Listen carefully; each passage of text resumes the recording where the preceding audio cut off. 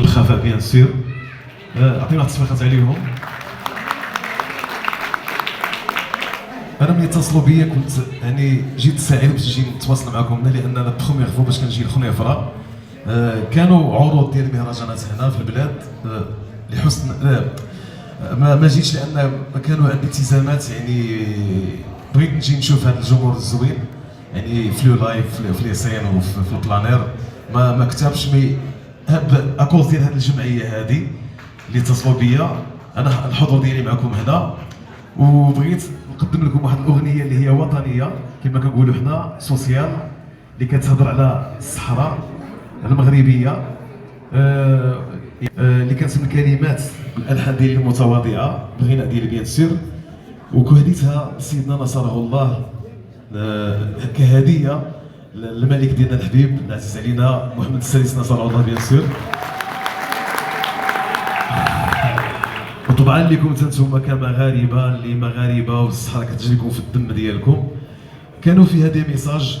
انا ملي كنت كنوجد هذه الاغنيه انا ما عنديش بزاف مع السياسه ولا البوليتيك، ولكن قدر المستطاع كما كيقولوا داك الشيء اللي كنعرف على الصحراء المغربيه كتبته.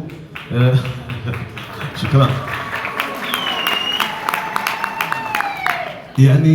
غنسمع لكم الكلام ديالها، قبل ما نطلقوها نسمعوها بالموسيقى باش تعرفوا لي الميساج اللي فيها، اللي كتقول: يا الصحراء يا بلادي 100% مغربيه، 12 القرون سولوا التاريخ، يا جيراني وغيحاولوا عليا، راه الصحراء مغربيه.